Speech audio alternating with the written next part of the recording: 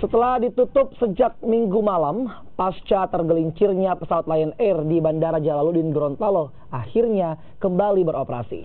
Sejak pukul 5 Rabu dini hari kemarin, aktivitas penerbangan kembali normal setelah pesawat Lion Air yang berada di jalur runway berhasil dipindahkan dari landasan pacu. Setelah dinyatakan dibuka oleh pihak otoritas setempat, aktivitas penerbangan di Bandara Jalaluddin Gorontalo kembali normal dan puluhan penumpang terlihat mulai berdatangan melakukan check-in di bandara. Sementara itu, 75 penumpang Lion Air yang sebelumnya gagal berangkat, pihak maskapai Lion Air menyiapkan penerbangan menggunakan Batik dan Wings Air. Sekitar 24 penerbangan yang langsung mendarat dan berangkat dari Bandara Jalaluddin Rabu kemarin. Sementara itu, saudara, pesawat Lion Air yang telah dievakuasi akan menjalani perbaikan dan investigasi oleh KNKP.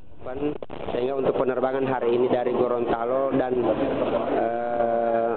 menuju Gorontalo sudah dibuka. Alhamdulillah saat ini penumpang sudah melakukan check-in dengan normal.